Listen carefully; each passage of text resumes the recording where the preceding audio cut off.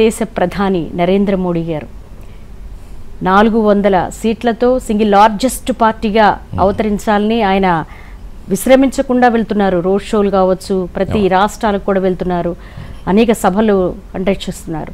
ఎలా ఉండబోతుంది ఆయన డేట్ ఆఫ్ బర్త్ చూసుకుంటే 1950 9th month 17th date, ఆయన రాసి ఏంటి? ప్రధానమంత్రి శ్రీ నరేంద్ర మోడీ గారిది వృశ్చిక రాశి. చంద్రుడి నీచ అయినప్పటికీ కూడా కుజుడు కూడా అక్కడే ఉన్నాడు, స్వక్షేత్ర స్థితి. ఇది నీచభంగ రాజయోగం. ఇందాక నేను చెప్పినట్టుగానే రాజకీయ గ్రహం కుజుడితోటి ఈయనకి చాలా అభివృద్ధి చేకూరుతుంది. ఈ కుజుడు చాలా దూకుడు స్వభావం ఉన్నవాడు. తను అనుకున్నది సాధించేటువంటి పట్టుదల కుజగ్రహానికి ఉంటుంది. ఇది కాకుండా సాహసోపేతమైనటువంటి నిర్ణయాలు తీసుకోవటంలో కుజుడు మాత్రమే సమర్థుడు. చాలా వేగంగా అభివృద్ధిని సాధించడానికి నిరంతరం శ్రమ లేకుండా ఎనర్జీ, ప్లానెట్ ఆఫ్ ఎనర్జీ అంటాం కుజుడిని కూడా. అటువంటి దశలో ఈయనకి బాగా అభివృద్ధి చేకూరింది. తర్వాత బృహస్పతి శుక్రుల యొక్క పరస్పర వీక్షణ ఉంది ఈయన జాతకంలో. చాలా మంచి నిర్ణయాలు తీసుకునేటువంటి శక్తి సామర్థ్యాలు రెండు, ఒకటి రాక్షస గురువు, ఒకటి దేవగురువు, ఇద్దరి యొక్క పరస్పర వీక్షణ ద్వారా ఈయనకి ఏర్పడుతూ ఉంటుంది. తీసుకున్నటువంటి నిర్ణయం ఖండించేటువంటి శక్తి సామర్థ్యాలు ఎవరికి ఉండవు. ఈ ఇద్దరి యొక్క గురువుల యొక్క పరస్పర వీక్షణ ఉండడంతో ఏ నిర్ణయం తీసుకున్నప్పటికీ కూడా చాలా కఠినమైనటువంటి సమస్యలు, వేధిస్తున్నటువంటి సమస్యలు కూడా అవలీలగా సునాయాసంగా పరిష్కరించేటువంటి శక్తి సామర్థ్యాలు ఈ దేవగురువు రాక్షస గురువు యొక్క సంబంధం. ఇక్కడ సంబంధం అంటే వీక్షణస్యాపి సంబంధ రూపత్వాత్ అంటాం. వీక్షణం కూడా సంబంధమే జ్యోతిష్ శాస్త్రంలో. కాబట్టి ఈ సంబంధం ద్వారా ఈయనకి ఆ నైపుణ్యం, నేర్పరితనం, తిరుగులేనటువంటి పటుత్వం ఈ కుజగ్రహం ద్వారా ఈయనకి ఏర్పడింది. అది ఇంకా కొనసాగుతుంది. అంటే సూర్యనారాయణ గారు, గతంతో పోల్చుకుంటే కనుక 2024 లోక్సభ ఎన్నికలు దేశానికి చాలా కీలకమైనవి. స్పెషల్లీ బీజేపీ మూడోసారి అధికారంలోకి రావాలి, సింగిల్ లార్జెస్ట్ పార్టీగా, అత్యధిక సీట్లు 400 అని. సో ఏంటి ఈ మీరు చెప్తున్నటువంటి ఈ వృశ్చిక రాశి ప్రకారం నీచభంగ యోగం చెప్తున్నారు, అలాగే బృహస్పతి యోగం చెప్తున్నారు. ఎలా ఉంటుంది? ఆయన ఎలా అనుకున్న లక్ష్యాన్ని చేరుకుంటారా? తప్పకుండా సాధించేటువంటి అవకాశాలు ఎక్కువగా ఉన్నాయి.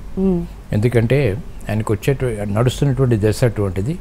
తర్వాత ధర్మబద్ధంగా కొన్ని కార్యక్రమాలు చేపట్టడం ద్వారా కూడా ఈ దైవశక్తి కూడా తోడవుతుంది దీనికి. ఇందాక చెప్పినట్టుగా ప్రభు అన్నవాడు ఎప్పుడు కూడా ప్రజల్ని క్షేమంగా ఉండాలని చెప్పి మొదట కోరుకోవాలి, తర్వాతే పరిపాలనకి రావాలి ప్రతిరోజు ఉదయం. అటువంటి కార్యక్రమ నిర్వహణ మోడీ గారు కూడా చేస్తారు. కాబట్టి ఈయనకి తిరుగులేనటువంటి మళ్ళీ విజయం వచ్చేటువంటి అవకాశాలు జ్యోతిష్ శాస్త్రపరంగా కనిపిస్తున్నాయి. కుజుడి ద్వారా రాహు కూడా నిగూఢమైనటువంటి విషయాలు వెలికి తీయడంలో చాలా సమర్థుడు. మిగతా గ్రహాలకి ఆ సామర్థ్యం ఉండదు, ఒక్క రాహుకే ఉంటుంది. ఈ రాహుగ్రహం కూడా చాలా అనుకూలం ఈయనకి. కాబట్టి ఇక్కడే కాకుండా ఆయన ఫారెన్ ప్లానెట్ అంటాం. దేశ విదేశాల్లో కూడా పేరు ప్రఖ్యాతులు సంపాదించి తద్వారా భారతదేశ అభివృద్ధికి దోహదపడేటువంటి కార్యక్రమాలు చేసేటువంటి శక్తి సామర్థ్యాలు మోడీ గారికి లభించడానికి కారణం కుజ, రాహు, బృహస్పతి, శుక్రగ్రహాలు. అంటే స్పెషల్లీ క్రోధినామ సంవత్సరం గతంలో అంటే 10 ఏళ్ల పాటు అధికారంలో ఉండి అపరిష్కృతంగా అసలు సార్ట్అవుట్ కాని సమస్యలు, శతాబ్దాల తరబడి అపరిష్కృతంగా ఉన్నటువంటి అయోధ్య రామ జన్మభూమి కావచ్చు, ఆర్టికల్ 370 కావచ్చు, అలాగే ట్రిపుల్ తలాక్ కావచ్చు, చాలా సున్నితమైన అంశాలను కూడా చాలా సునాయాసంగా గట్టెక్కినట్టు సందర్భం. వీటికి కూడా నక్షత్రము, రాశి, ఆయా గ్రహాలే కారణం. క్షత్రియ గ్రహం కనుక ఎప్పుడైతే బలంగా ఉంటుందో ఆ యొక్క దశ వచ్చినప్పుడు ఆ దశకి తర్వాత వచ్చేటువంటి దశలు కూడా అటువంటి సామర్థ్యాన్ని ఇస్తాయి. ఇప్పుడు జాతక రీత్యా వీళ్ళు ఇంత శక్తిమంతులు అవుతారంటే చిన్నప్పుడే అది చూపించడం ప్రభావం. చిన్నప్పుడు చాలా అయోమయ పరిస్థితులు ఉండొచ్చు ఎవరికైనా కూడా, కానీ దశాంతర దశలు మాత్రం కలిసి వచ్చినప్పుడు వాటి యొక్క ప్రభావం చక్కగా వాటి దశలో అవి చూపిస్తుంటాయి. ఇక్కడ కుజుడు యొక్క ప్రభావం ద్వారా చాలా సాహసోపేతమైనటువంటి నిర్ణయాలు, ఇవన్నీ కూడా సామాన్య నిర్ణయాలు కావు. వీటన్నిటికి కూడా ఎప్పటి నుంచో వేధిస్తున్నటువంటి సమస్యలు, అసలు అసాధ్య కార్యక్రమాలు సుసాధ్యం చేయడం అంటాం. అటువంటి ప్రక్రియలన్నీ కూడా ఈ కుజగ్రహం ద్వారా ఏర్పడుతుంటాయి, రాహు ద్వారా ఏర్పడుతుంటాయి. వీరు పాపగ్రహాలు అయినప్పటికీ కూడా ఇవి పాజిటివ్గా ప్రజలకు ఉపయోగపడాలి అనుకుంటే బృహస్పతి శుక్రుల యొక్క ఆ వీక్షణ కూడా దీనికి ఉపయోగపడుతుంది. అదే ఆ వీక్షణ లేనట్టయితే ఇవి వేరే కార్యక్రమాలకి, విధ్వంసాలకి వాటికి ఉపయోగపడతాయి.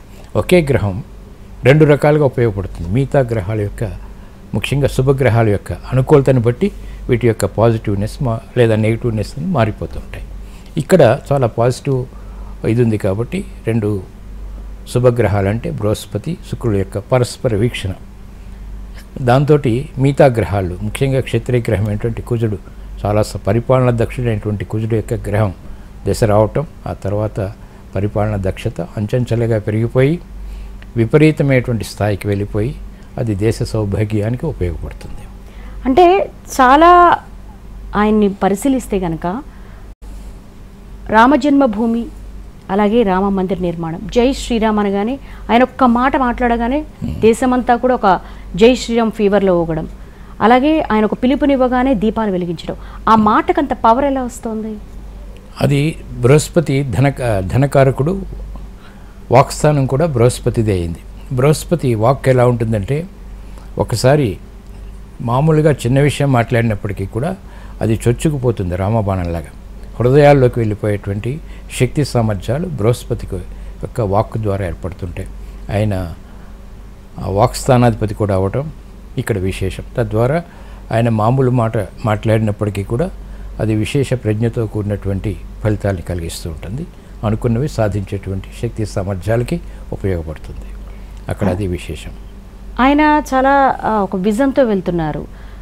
2040-50కి ఒక ప్రణాళిక రచించుకుంటాం. ఆయన జాతకరీత్యా, ఆయన నక్షత్రం కావచ్చు, రాశిరీత్యా ఆయన ఎన్నిసార్లు ప్రధాన అయ్యే అవకాశం ఉంటుంది, ఎన్నేళ్ళు కొనసాగే అవకాశం ఉంటుంది, అలా చెప్పడానికి ఏమైనా ఉంటుంది? అది కూడా ఉంటుంది. ఇప్పుడు రాహు దశ కూడా వస్తుంది ఆయనకి. రాహు కూడా చాలా బలవంతుడు. అది 18 సంవత్సరాలు ఉంటుంది. కాబట్టి ఇంకొక 2-3 పర్యాయాలు ఈయన యొక్క శక్తి సామర్థ్యాలు కొనసాగేటువంటి అవకాశాలు ఉంటాయి తప్పకుండా. ఇప్పుడు గ్రహాల యొక్క బలాన్ని బట్టే వీరి యొక్క శక్తి సామర్థ్యాలు ఉంటాయి.